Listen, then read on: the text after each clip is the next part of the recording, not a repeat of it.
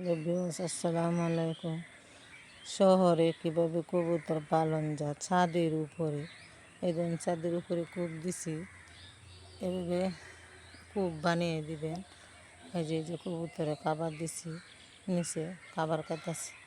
এই যে ছাদের উপরে এই কবুতরগুলো পালা হচ্ছে, 2 জোড় কবুতর। এগুলোর ভিতরে একটি নেমে পড়ছে, যার একটা নামতেছে।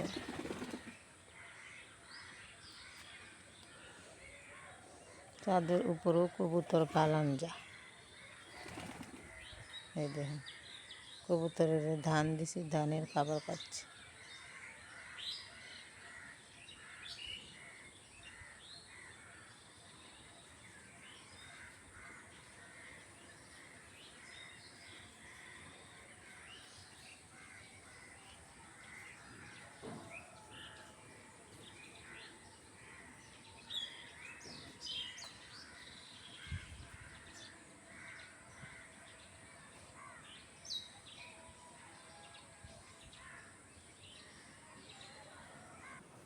এই যে কবুতরে ধান দেওয়া হচ্ছে।